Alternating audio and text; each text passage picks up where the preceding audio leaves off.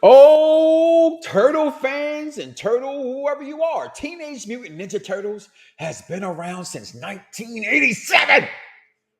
And in 1990, they said, damn, this is so popular of a cartoon. And some would say a comic book. I didn't read comic books. I like cartoons. They made a movie.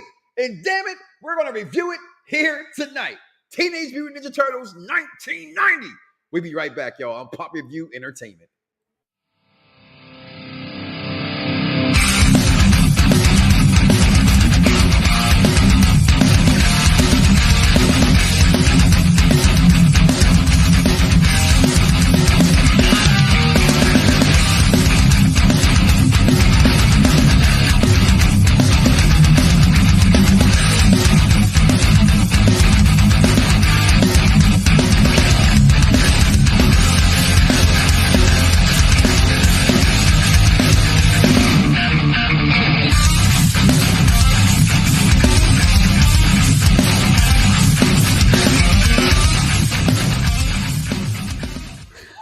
That thing says Turtles 2, The Secret of the Ooze. You blame that on the executive consultant, right? Not the next doctor, not the second Michelangelo. That's his name tonight. But damn it, my name is Michael.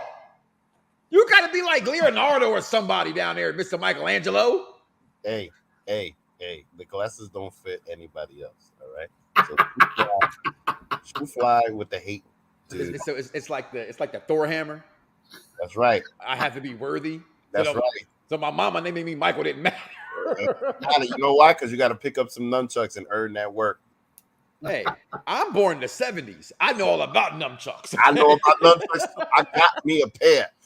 And you're from New York, so like the last track is toe for toe with the chucks, just like in this movie. And trust don't sleep on the bow staff, okay? That's all I'm saying. See, and no one gives the Donatello any credit, but guys, we are here tonight to talk about the cult classic, the overall classic, right? Why do we call things cult classics? Because they were years ago.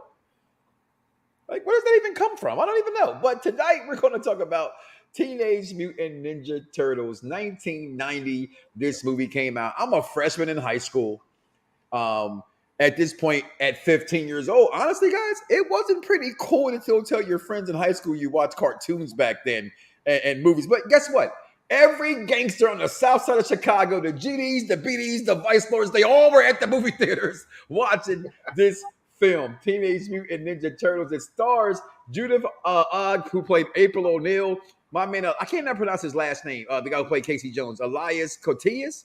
I know him best from the 87 movie, Some Kind of Wonderful, that I love them in the most. But also Corey Feldman's in this movie. Overall, listen, it's about the Teenage Mutant Ninja Turtles. So I'm actually going to start with you, next Doctor. Your thoughts on this great film?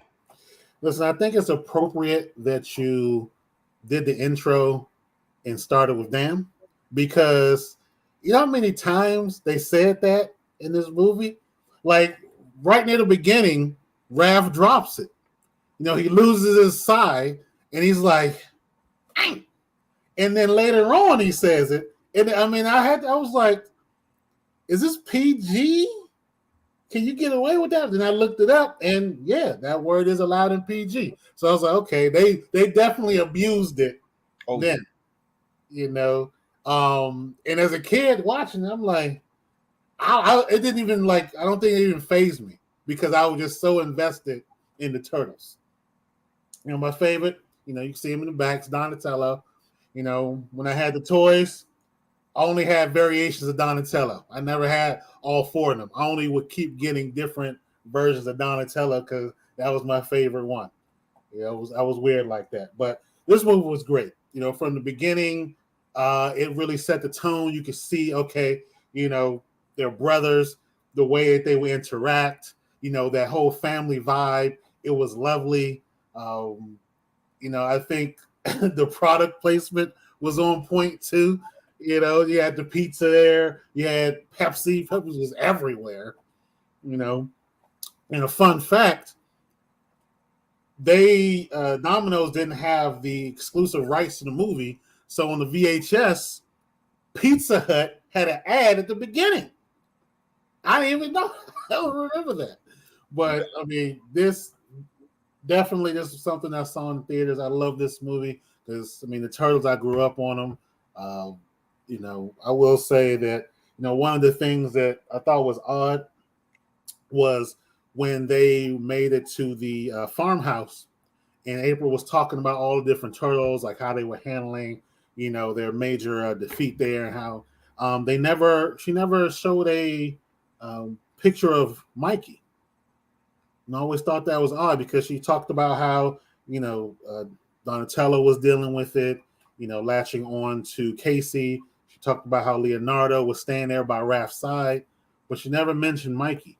And I always found that odd, so I kind of looked it up and it was planned, but it was something that was scrapped. It seemed like Mikey was the one that was hit the most by the loss of Splinter.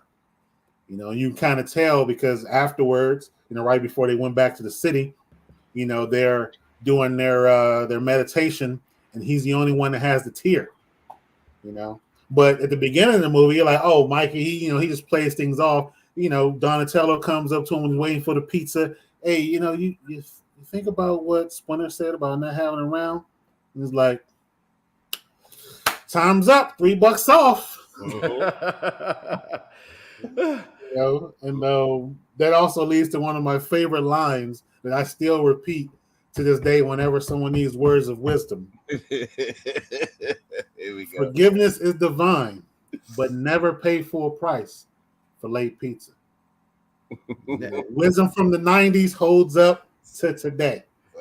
That was You know how heavy everybody used that back then? Like, if Domino's was 32 minutes, I better get my free pizza because they guarantee you your food in 30 minutes. That was back the then. thing. It was crazy. I used to. That's definitely gone now. Kids today wouldn't even understand. What? They got a time limit? It's a good 75 minutes when you get your pizza right today. Looking back at this film today, having a chance to watch it over, one of the things I love about being on Pop Review Entertainment is you get to go back and see movies and things. Whether sometimes you pick movies you like, sometimes you pick movies you don't like, sometimes you pick movies you haven't seen in quite some time. And I haven't seen this movie in about 20 years. And I love the fact that I think that it holds weight very well. My three youngest children are the ages of 13, 14, well, now 14, 15, and 16, but they watch it. You know what I mean? Because they love the cartoon so much that they watch this movie, which I always found odd because they won't watch Superman, Christopher Reeves with me. They won't watch Beetlejuice with me, but they will sit back and watch Teenage Mutant Ninja Turtles. That just shows you how good the Turtles, lore is, and how it holds weight today. And you look at how they, in the 90s, you come off the strength of Batman at this point of being a big film, they nailed it to what you were used to seeing, whether it was comic book or whether it was the cartoon. They nailed it. Yep. Turtle for Turtle, Shredder, Casey Jones, you name it, including the story. And speaking about the story, Michelangelo, number 2. What do you think? Your thoughts on Teenage Mutant Ninja Turtles 1990? Well, I've been a Ninja Turtle fan since its inception, right? So I literally have the theme song in my phone. I actually listen to it all the time, and jam out to it because I love it. Hold on, which song? You're not talking about Go Turtle? Turtle Power. Oh, that one. Okay, my bad. Not that one? I'm talking about the theme song from the cartoon. Oh, from the cartoon. Yeah, I got that too. We just let that go. Yeah, the original one. Yeah. Not that newer one, the original one. So now here's the thing. When it comes to this movie, I was 8 years old, went to the movie theater by myself, stayed in the movie theater because back then you could do that. If you didn't walk out the door, you could just stay right there. Yes, you could. Boy, those were the days. And I saw that. I saw the movie when it came out 4 times back to back. My mother had to send my uncle to the movies to go find me because she was like, "What the hell? Where's this child?" You know what I mean? So I got in trouble for that, but it was worth it because I literally just fell in love with this movie. One of the reasons why, looking back now, is because it was very, and in my opinion, I think one of the most accurate depictions of the characters at that time. Michelangelo, Donatello was Donatello, Raphael was definitely Raphael, and Leonardo was Leonardo. And the thing that I like though about all of them is that, I think that looking back as an adult, I picked up a lot of all four of their personalities. The one that I register the most with is Michelangelo, but there are certain times where I am definitely Raphael. And then there's other times, like if I have a Raspberry Pi in my hand, I'm Donatello. And then there's other times where, if I have to be a leader, I'm Leonardo. You know what I mean? So like, and this is something that, because sometimes, the media that you watch kind of raises you, if that makes sense. Like there's a very big part of me that's Stone Cold Steve Austin. You know what I mean? Or DTA and all of that. So like, but when it comes to the Ninja Turtles, I always appreciated Michelangelo's just happy-go-lucky way of just enjoying everything and loving pizza, loving life, skateboarding, all of that. Just how happy he was all the time. That's one thing that I appreciate him. And I love nunchucks. Love nunchucks.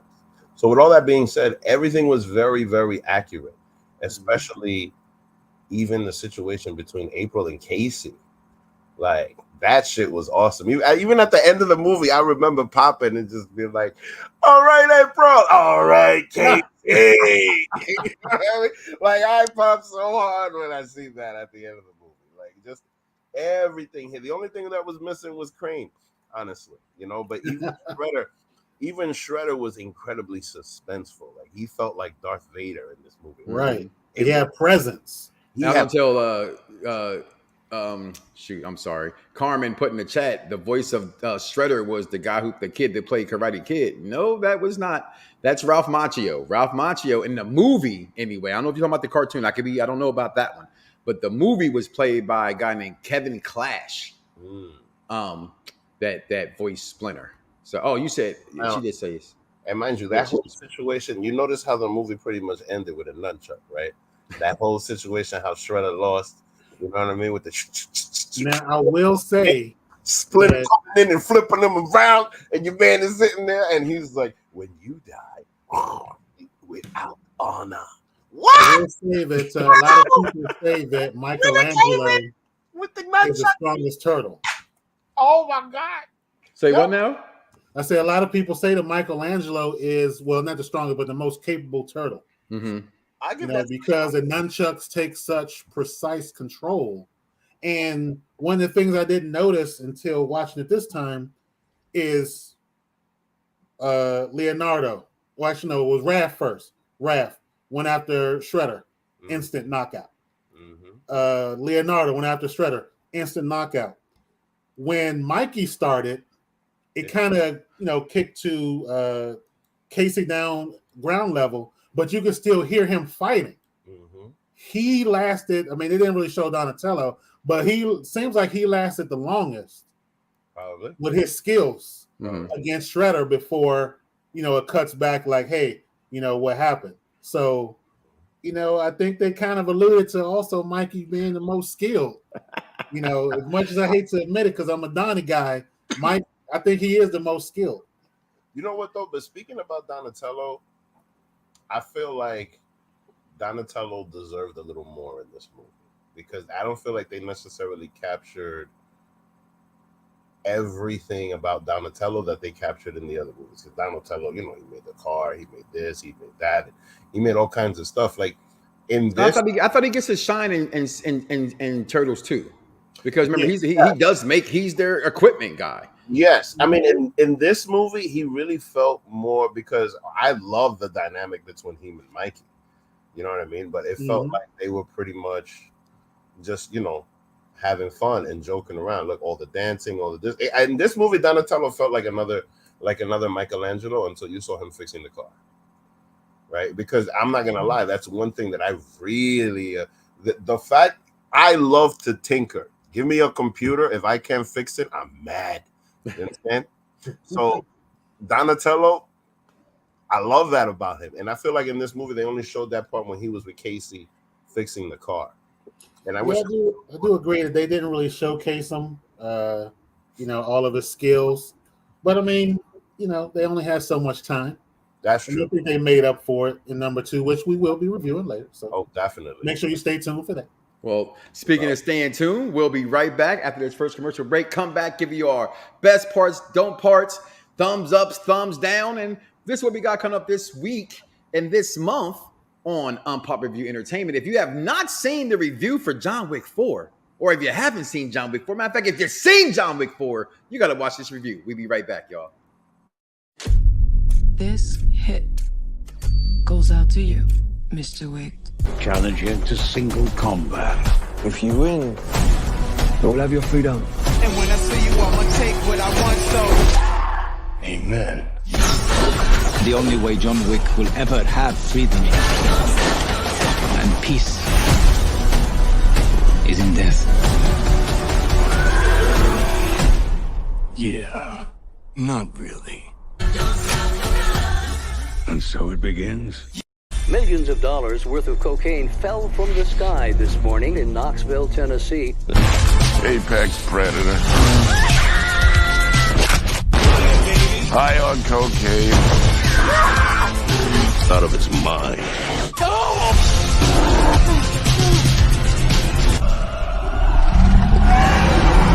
A bear did cocaine.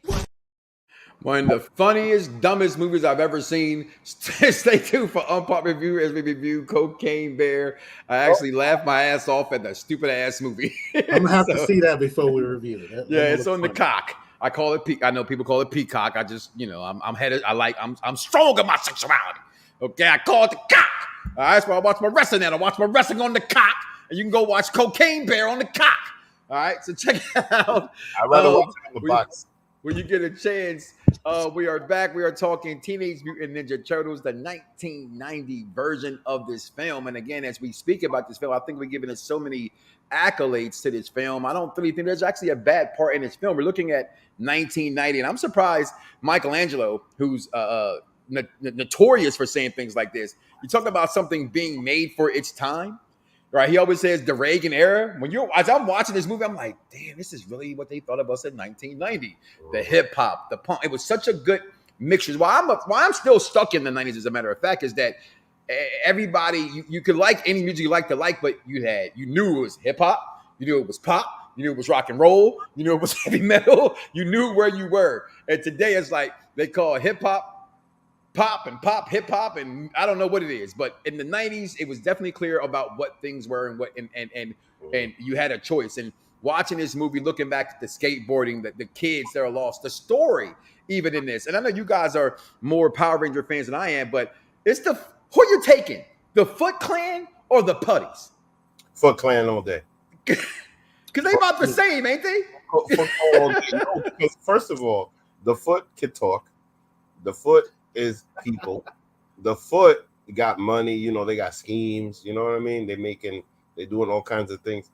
The Putties are just well, it depends on which Foot Clan, because the cartoon Foot Clan, if I'm not mistaken, those were robots. They were. But if we're talking about the movie, that Foot Clan. Plus, I would say the Foot Clan is stronger than Putties, because you have Rangers not in their Ranger form knocking out Putties. See, I thought that the Putties stole their idea from the Foot Clan. So as I'm watching this movie, I'm like, them the Putties, right there. You know what though? But then what about the Lord Zed's Putties? You have to press the Z and then you get rid of them. Like I don't remember that. That went right over this non-Ranger right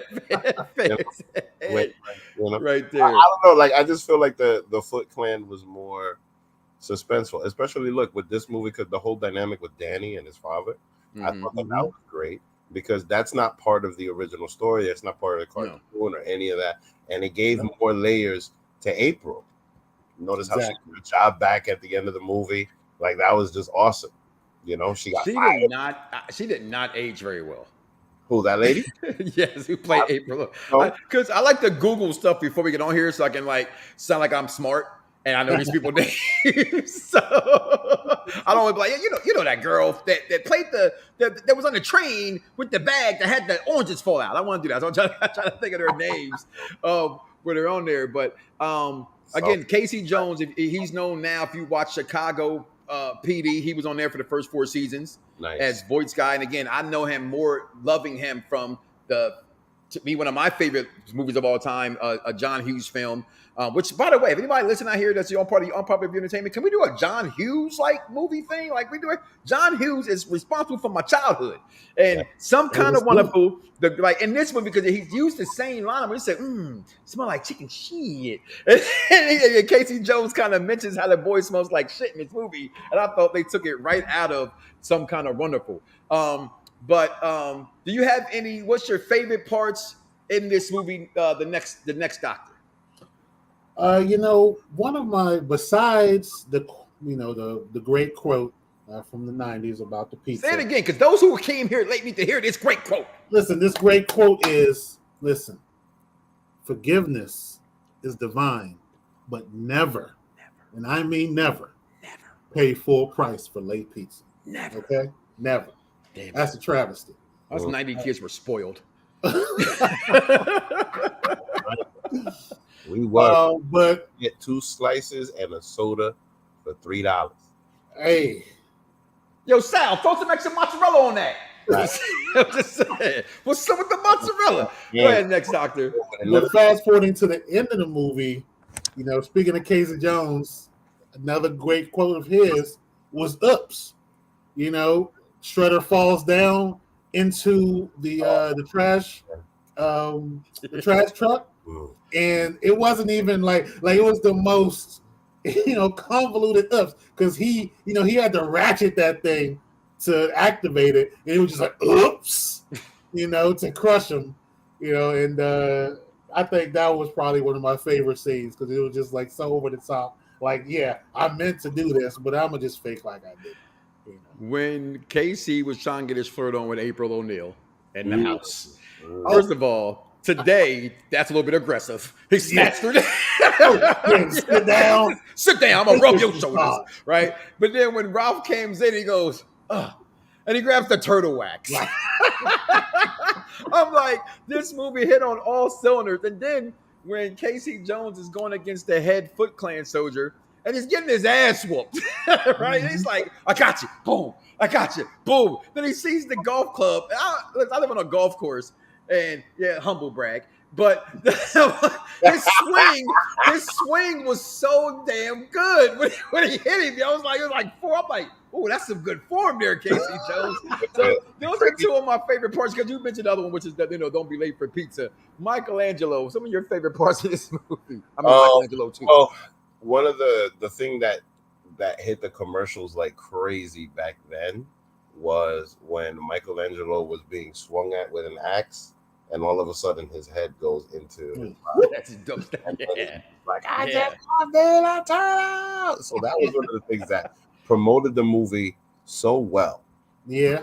Because that whole spot was just amazing, and I don't think they ever recreated anything like that in any of the other movies. It did. I mean that spot, and then another one.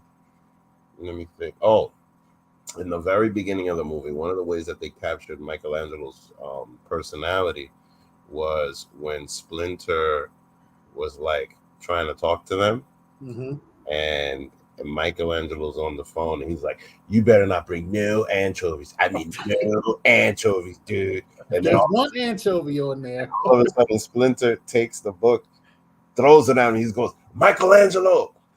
And then all of a sudden he's like, and the clock's ticking, dude. And it just had me rolling because Michelangelo is the biggest one when it comes to pizza, right? And then speaking about pizza, April says, I can just offer you guys some frozen pizza. Yeah. Like, how the fuck he's just like, and then all of a sudden Donatello says, you just said the magic word. Yeah. They got super excited, yo. Like, what? Yeah. And that whole thing just, I loved it because that was the cartoon Michelangelo. Like they really went hard into the cartoon to produce this movie, and till this day I appreciate it because I don't think I think in the other movies they did a good job of telling the stories, of recreating. You know what I mean? But as far as like capturing what we were watching on TV, it definitely hit it, and I think that it did that on all cylinders in many scenes. But these were some of the most memorable ones that I just said, because I could name a few more, but we'll be here all night. Well, and we know you literally you're dressed for the part. Listen, we're gonna take our last commercial break for the night. We are not just entertainment here on Unpopular Review Entertainment. This is this page, but we also have a wrestling show, and we got people that's on there. So check us out. We'll be right back. Previously on Perfect Cuts. They're bitter. We talked about last week about two bitter old men, and Bret Hart, and he passed up there saying wrestling's pathetic for him now, but man, the things that people have to say about things, whether it's good or bad, I want to talk about.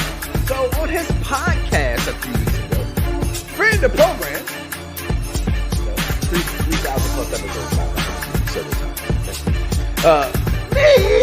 This is my version of professional wrestling and storytelling.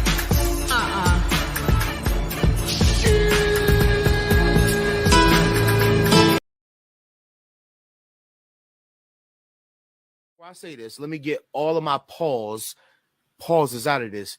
Two big meaty men slapping meat. He says, hey, I'm a big guy. Pause. I'm a big meaty guy. Match was lackluster. Big meaty men didn't do a lot of meat, and it was not very big. So I don't know. I'm gonna give this segment. What was going on? That is a clip. That is definitely a clip. No pun intended. I'm giving this segment a D. I'm giving that 2 Fs. So let me get this straight. They're big meaty men that weren't showing the meat, but you give it a D. Big meaty men showing the meat, but you give it the D. Yeah! I love being a turtle! Our family grows. The city itself will be our playground to use as we please, rewarding ourselves and punishing our enemies. We've been looking for you, Miss O'Neill. There is a new enemy, freaks of nature. Together, we will punish these creatures. What the heck was that? Looked like sort of a big turtle in a trench coat. Sort of a big turtle in a trench coat. So make sure you guys check out the Mike Knox show, the AEW View show. And tonight, if you're a wrestling fan, immediately following NXT, there was a big draft this week in professional wrestling. 15 NXT stars are moving up. So tonight's a very big show. Make sure you check it out with Bad Guy Jack, and as well followed by the wrestling doll, Miss Barbara will be joining him tonight for that show. So make sure you check that out on Unpopular Review Entertainment on all our social media platforms. Make sure you check it out. But we're talking about the cult classic 1990s Teenage Mutant Ninja Turtles in honor as we're doing Turtle Month as this month's franchise theme, which is, I have to think about this, guys. There's like 9 turtle movies. Yeah.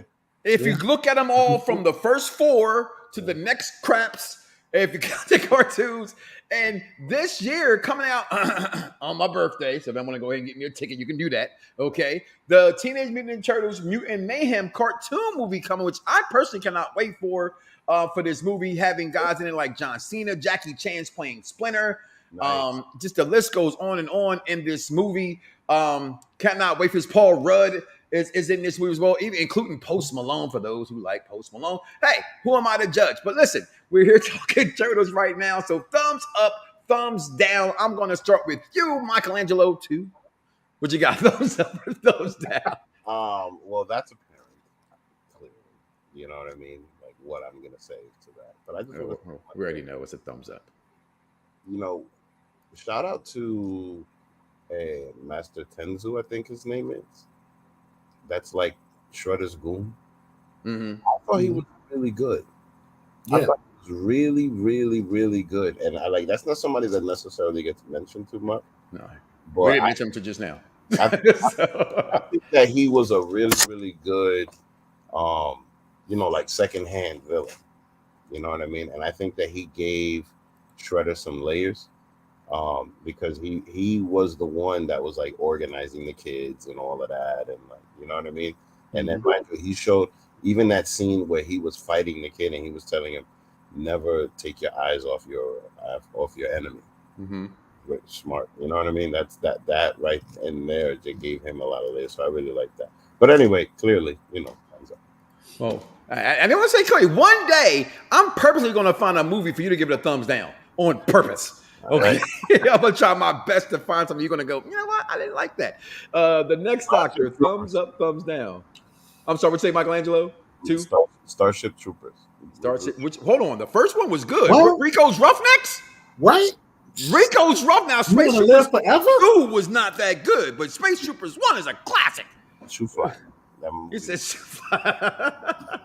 You run around killing big ass roaches. Shoe Fly, bro. Yeah, well, they were grasshoppers. Grasshopper. And a waste of time. Yeah, listen. I'll give with that, and I don't even watch it and just give it a thumbs down. Anyway, Ninja Turtles. Thumbs up. What you got next, Doctor? Listen, this movie not only was it good back then, but it's still good now, and I think that's a testament to the practical effects. Like you can look at this movie and you can. I mean, yeah, obviously there's people in costume, but you can still suspend your belief enough to believe these are Teenage Mutant Ninja Turtles. Yeah. The way they could move in the suits, the athleticism that they could, put in, it was mind-blowing back then.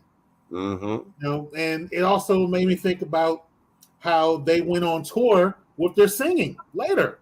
Facts. I remember.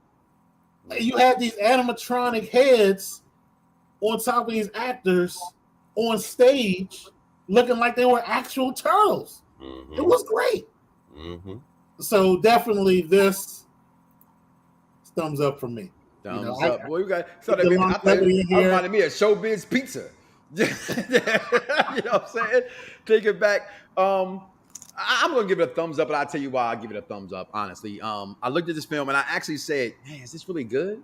You know what I'm saying? And as I'm watching it, I'm like nostalgic of it, remembering where I was watching it as a kid. But you look at it, and I think any movie you should watch with that year's lenses, if that makes any sense, right? Like we redid Police Academy, and there were some ones I didn't give thumbs up to, but to me, I still had to watch it like I was there. And so it to me, they still held their weight. We did all 7 of them. I think 4 out of 3 got thumbs up from the majority of the crew. But it to me, this movie's along that same line. I don't care if you go back and you watch Do the Right Thing or Mo Better Blues and other movies that we have done that's older movies. You cannot watch a movie from 1990 or 1987 and look at it in 2023 and go, I'm going to compare that to Michael Bay's Turtles. Damn it, I'm lying. I am going to compare it to Michael Bay's Turtles. This blows Michael Bay's Turtles out the water, okay? Because he did not pay attention to the small details of Turtles, and he ruined Transformers too. So if you didn't do that good, how you going to do Turtles good? But this one, 1990 version, absolutely a thumbs up. Yes, Michelangelo. Here's the thing with that. Two. The thing with that is just that one thing that a lot of us forget is that they've redone this cartoon several times. So the thing about it is just that there was even a point where they had girl turtles. Mm-hmm. There was a point where the Ninja Turtles got together with the Power Rangers. They got together with Scooby-Doo. They got together with Batman. Look at that. You know what I mean? Like they've taken this content and rewritten it so many different times. So I think that sometimes when it comes to the newer movies, there's things that I don't get because of cartoons I haven't seen. Okay. Does that make sense? Like absolutely. This movie hit the cartoon that we saw on the head. But then when it comes to the other ones, it's like, I don't know. I mean that's how I feel about it. I think I don't know if I'm complete. I have not personally seen a cartoon version of Turtles that I didn't say, it's still good. Because to me, especially with Nickelodeon, right, who pretty much has done the Turtles since I think in my day came on Fox back in the day when you came home from school. Like I said, my kids still watch it today. The new ones that came on Hulu, they all to me still hold weight because they all still kind of keep the continuity of what the original was. Like a lot of people make remixes and ruin them and try to make their own thing, Michael Bay. But in Turtles, I think they did a really good job from 1990 So they got through Turtles 2, 3, and 4. The cartoons, especially, I think, all held their weight. To me, give it a chance. Give them a watch. They're on Hulu. They're on Netflix. If you got them, if you got streaming sticks, whatever it is that make your boat float, go ahead and give them a try and come back. Any final thoughts we got to hear next, Doctor? Final thoughts is, this was definitely nostalgia. I love going back down this. I hadn't seen it in a while, even though I use the quotes, regularly. I hadn't seen the actual movie in a while, and it's like I said, it definitely holds up. Looking at it from a 1990 perspective and looking at it from a 2023 perspective, this movie holds up. Michelangelo, you put this in HD, 4K. You could release this now, and I think it will still hold up. Why we can't get 8K though? I mean, you can get 8K. I mean, I can't afford the 8K. I can't either. I'm just what I'm saying? But you can do the 8K. I got 8K. Only when I'm watching the NFL and they give me that little half snippets of 8K. You be like, ooh, that's good. Oh, it's funny. It's funny how it really wasn't that long ago when people were just like, oh, it's color. You know what I mean? As opposed to Technicolor. As opposed to resolution. I refuse to watch standard definition, bro. I'm serious when I say this to you. I will turn on to say we're online and stuff happens online. I don't know how it gets there, just be online. And I start to watch it, I go, oh, it's clear, but I got a 4K computer monitor, I got a 4K TV. No, damn it, I want to watch things in HD. Somebody's bougie. And the oldest one too. The bougie. That's hilarious. That is hilarious. Like, I got no problem watching something on a CTV. But at the same time, I used to stand up and play arcade games. Wait a minute now. Wait a minute. You two are old enough for this. Yes.